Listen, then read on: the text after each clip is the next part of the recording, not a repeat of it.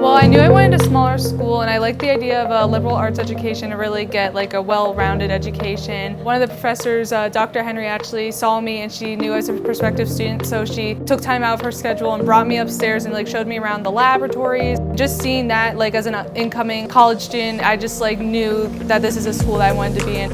Our curriculum is structured in a way that you get hands-on experience from day one. You get to use a variety of lab equipment from your first class, and you get to work closely with your peers and your faculty.